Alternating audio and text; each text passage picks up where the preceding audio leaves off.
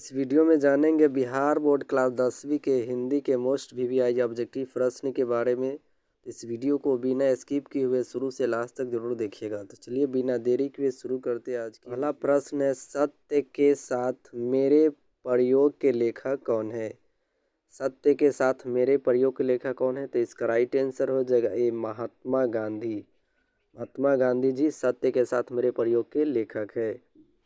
अच्छे से इसको याद रखना है आपको। अगला प्रश्न है, महात्मा गांधी जी का सबसे बड़ा हथियार क्या है? महात्मा गांधी जी का सबसे बड़ा हथियार क्या है? तो इसका राइट आंसर हो जाएगा अहिंसा और सत्याग्रह। अहिंसा और सत्याग्रह महात्मा गांधी जी का क्या था? सबसे बड़ा हथियार था। अगला प्रश्न है, यतीन्द्र मिश्र जी का जन्म कब हुआ? यतीन्द्र मिश्र जी का जन्म कब हुआ? तो 1977 ईस्वी में हुआ। अच्छे से इसको भी याद कर लेना है आपको।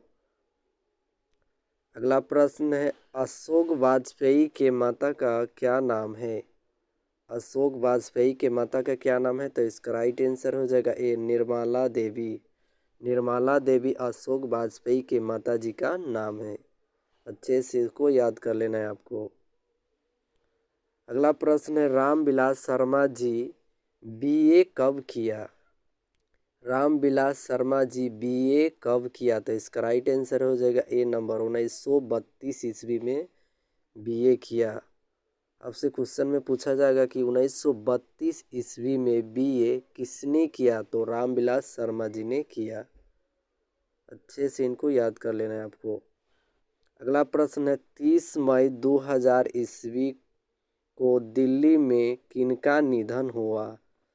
30 मई 2000 ईस्वी को दिल्ली में किनका निधन हुआ? तो इसका राइट आंसर हो जाएगा ए, रामविलास शर्मा जी। यानी रामविलास शर्मा का 30 मई 2000 ईस्वी को दिल्ली में निधन हुआ।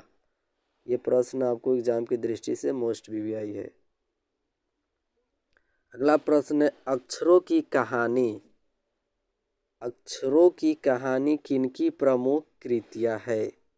तो अक्षरों की कहानी प्रमुख कृतियाँ किनकी? गुणाकर मूल्य जी का। इसका राइट आंसर हो जाएगा ए, अक्षरों की कहानियाँ किनकी प्रमुख कृतियाँ है? तो गुणाकर मूल्य जी का है।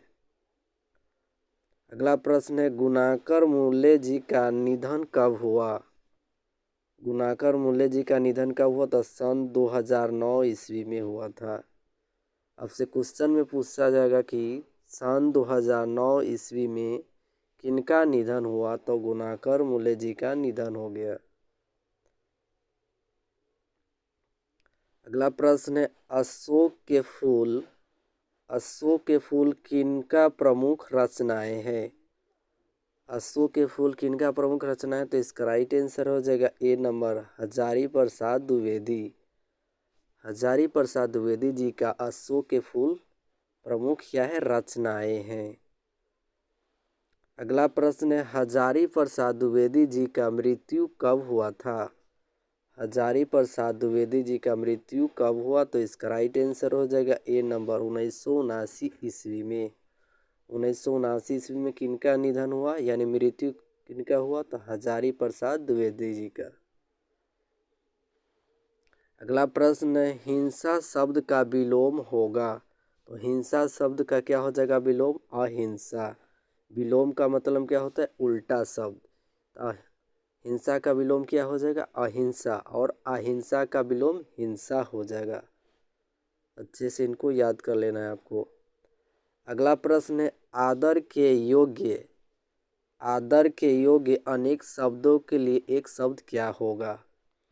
तो इसका राइट आंसर हो जाएगा ए, आदरणीय। क्या हो जाएगा? आदरणीय। आदर के योग्य जिसको क्या कहते हैं? आदरणीय कहते हैं। अगला प्रश्न है, पॉकेट मार कौन सा समास है? यानी पॉकेट मार में कौन सा समास हो जाएगा आपका? तो इसका राइट आंसर हो जाएगा ए, तत्पुरुष समास।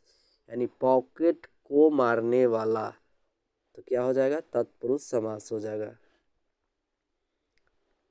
अगला प्रश्न है, परिश्रम शब्द का विलोम होगा। किसका पूछ रहा है विलोम? परिश्रम। तो परिश्रम का विलोम क्या हो जाता है? विश्राम। परिश्रम मीन्स क्या होता है? मेहनत करना। और विश्राम मीन्स आराम करना होता है। तो परिश्रम का विलोम क्या हो जाएगा? विश्राम हो जाएगा इसका राइट आंसर। अच्छे से इन प्रश्नों को याद कर लेना आपको। अगला प्रश्न है, विशेषण कितने प्रकार के होते हैं?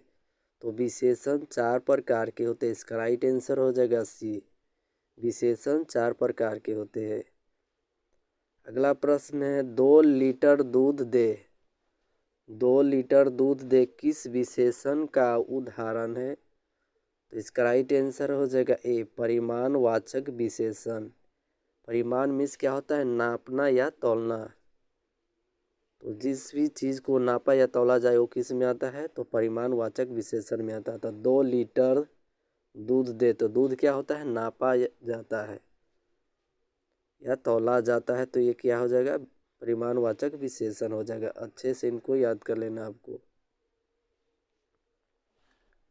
अगला प्रश्न है, निम्नलिखित में से एक वचन कौन है?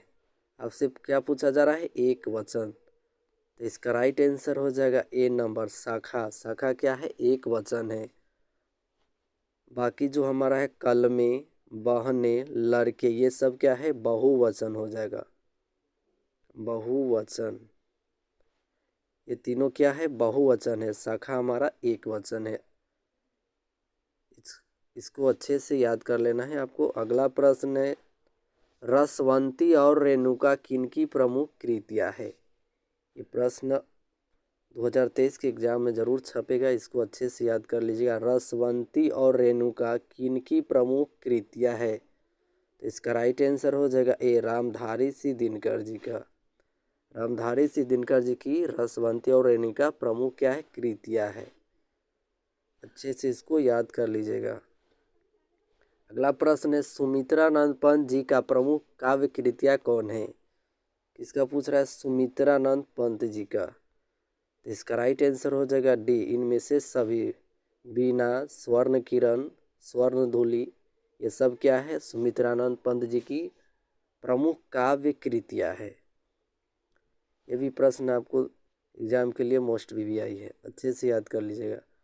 अगला प्रश्न है, सुमित्रानंद पंत जी का निधन कब हुआ? सुमित्रानंद पंत जी का निधन कब हुआ? तो इसका राइट आंसर हो जाएगा ए, 19 दिसंबर 1977 को।